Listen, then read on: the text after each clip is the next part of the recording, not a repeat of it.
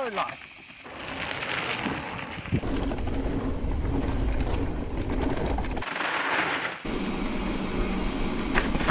Hello puppies. So I think the real story behind Levo R has more to do with the evolution of Levo through the last 10 years. You see, Levo was initially just a trail e-bike, but by the third and now fourth generation, a lot of adjustability was added, which meant Levo evolved into a trail and enduro bike. And that has opened up a gap for a slightly different ride experience, something that's a little less sandy, something that plays in the light trail, down country, and even e-marathon space. And that's exactly what Levo R is. So you could think of it as an Epic 8 with a full power system on it. You could also think of it as a down country version of the Levo 4, or you could just think of it as a e-marathon racing machine. You're probably wondering what the key changes are from Levo 4, right? And by my count, there's 7 key differentiators that can't be ignored. So Levo R is a 29er only wheel size. Travel is 130 rear with a 140 fork. The geometry has many small tweaks, like a slightly steeper head angle, a lower BB, and a longer chainstay. It's also lighter. This model weighs in at 21.5 kilos, and there's talk the engineers got creative on a custom build that tipped the scales at a feathery 18.8 kilos.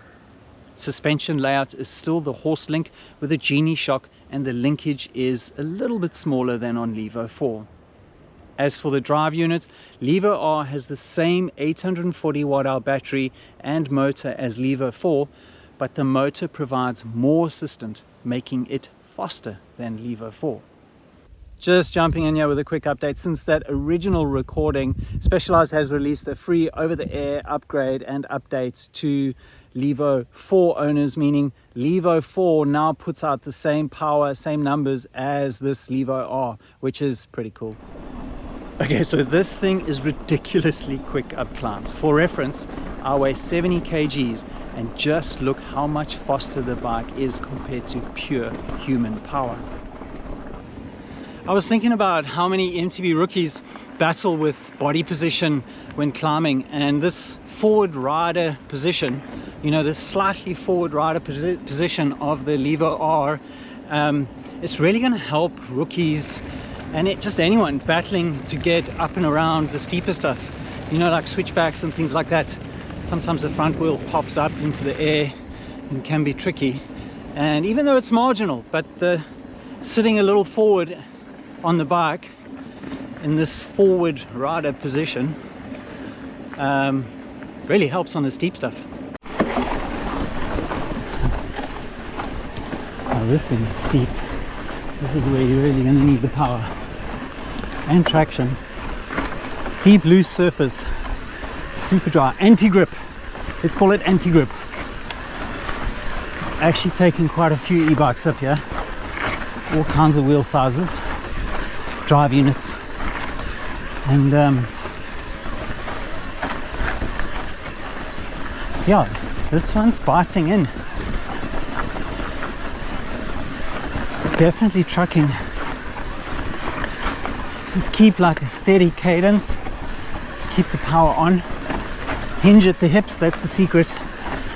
But the low front end does definitely push your weight forward and make that kind of stuff a lot easier.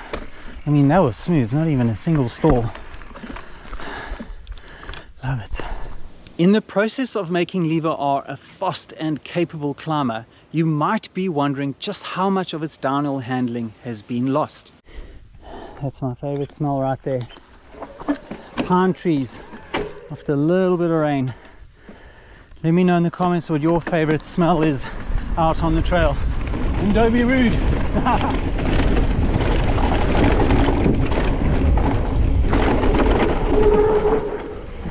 Came in a bit hot.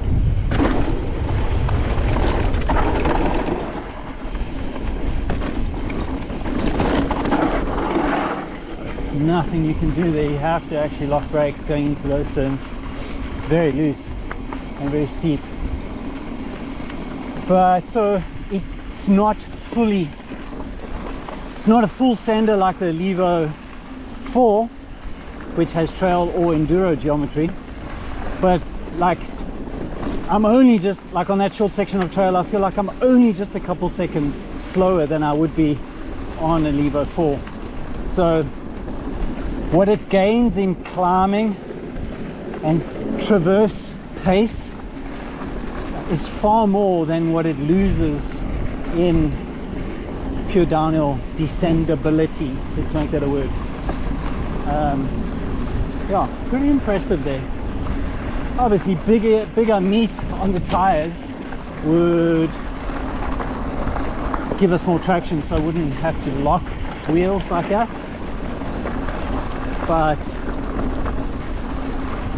for a 140/130, that's not bad, let me tell you. Like, that is not bad composure on the descent and not bad pace, not at all.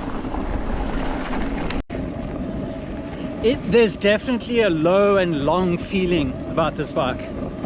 Low and long. Sounds like a song. Then you know those smooth, fast and flowy lines that require precision to carry speed? Check these apples. It's actually far more playful than I thought.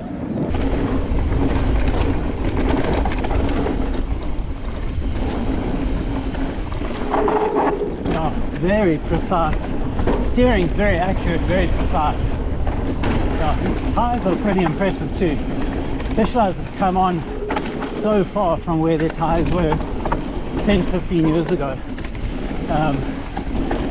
This purgatory that's on here, really impressive. I mean, this is anything but hero dirt here in Jonkershoek. It's the middle of summer, very dry, slick, and purgatory front and rear really doing its job. I can actually hear the tire biting in there as I push into those turns. Good job, Specialized tire department.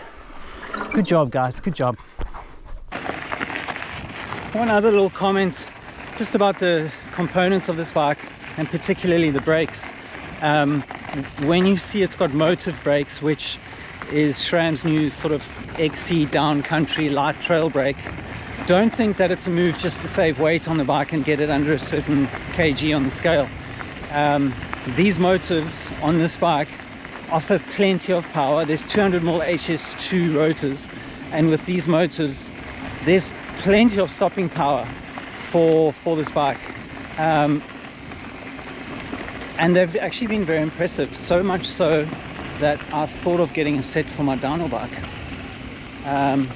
Mavens on the other hand are obviously incredibly strong and have their place on e-bikes, like on a full power e-bike with big gravity casing tires. You do need Mavens to stop you, and they're almost too strong for me on a downhill bike. But anyway, I'm banging on. The motives are very impressive for a, what's it, 21 kilo something bike. There's plenty of stopping power here. You won't need to upgrade to Mavens unless you're going to go full downhill casing and do mega descents, and if you're a heavier set rider, then Mavens might be the move. But yeah, just very impressed with these motives. Good initial bite, nice modulation, and a great feel on the lever, and it's quite light under the finger too. So 3 things I really like about Levo R. The first is that there's 6 sizes available, and the biggest jump in sizing is only 25mm, which means even the fussiest of riders will get the perfect fit. The second thing is the big drop insertion number, which means you can get that saddle really far out of your way and still rally this thing hard and fast on descents. third thing is that Specialized app. I mean, it has ridiculous levels of connectivity, settings, and integration. I mean, it's like a virtual riding assistant. For me and a fair portion of the riders out there, there's actually maybe too many features. But what I like is you don't have to use any of them. You can literally just get on this bike and gooi millies.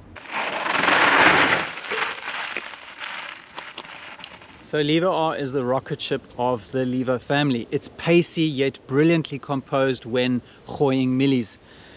If I think about average trail speed, that's considering all the ups, downs and arounds of a typical ride. Levo R has to be the fastest e-bike I've ever ridden.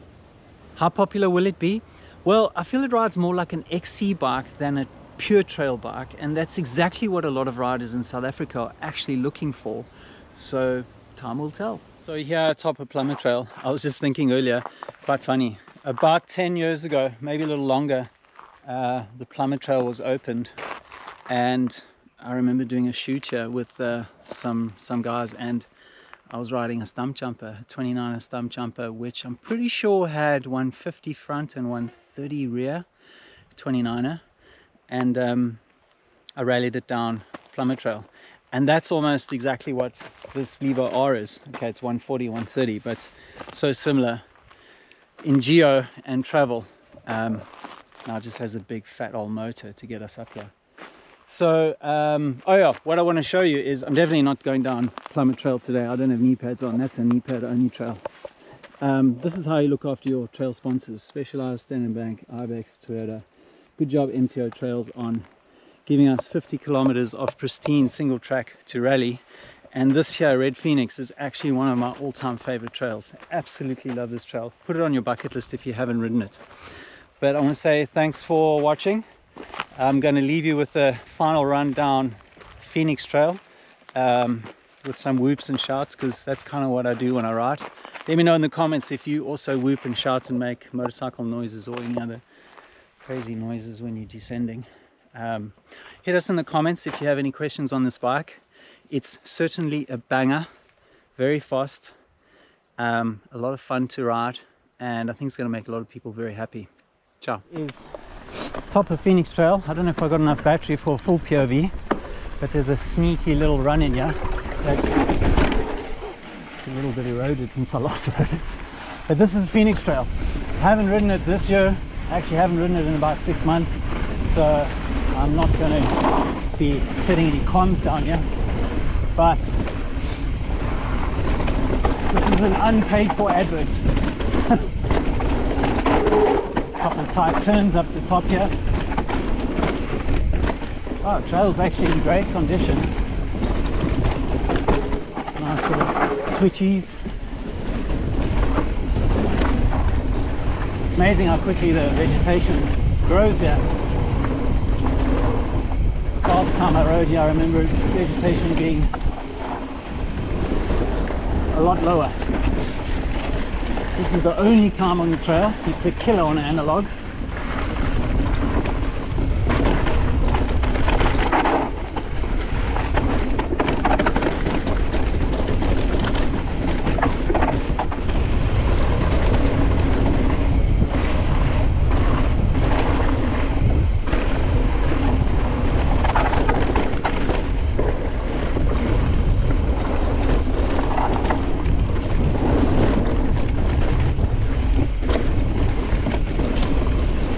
Oh yeah, sick. Oh, thank you. They've done work here. This is amazing.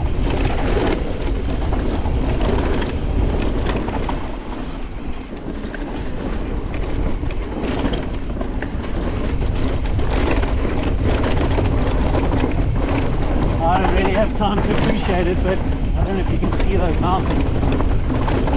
Incredible backdrop.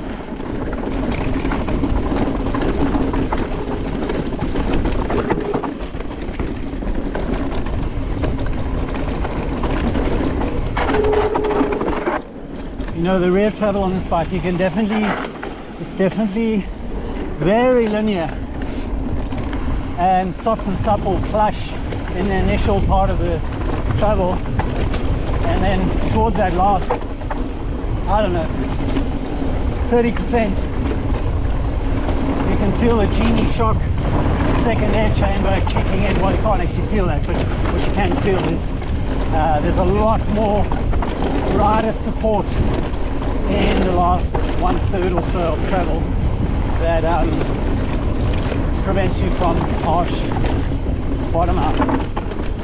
What I was worried about with that kind of a setup is that with it being linear in the initial part of the travel, you might end up sitting deep in the stroke and just like having the shock compressed and on the most progressive part of the travel, which could create a harsh feeling, like you're always sitting deep in the travel on the ramp. But that theory doesn't actually translate into what I'm feeling on the trail. I've got good grip throughout the travel, great small bump, feels like the wheel gets out of the way on square edges, and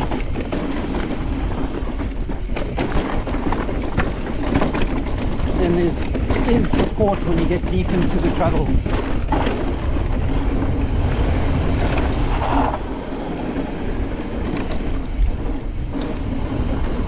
So this is the middle level of, oh, missed that jump. This is the middle level of Phoenix, and I'm shortly going to enter the bottom level, which we've always said is fastest on a 120, on a modern 120 mode XC bike. It's got these corners that, like this one, that don't really give you good exit speed, and well, it's just tricky to carry exit speed out of it. But on a 120 bike, the exit speed comes quick. It's quick and easy. Anyway,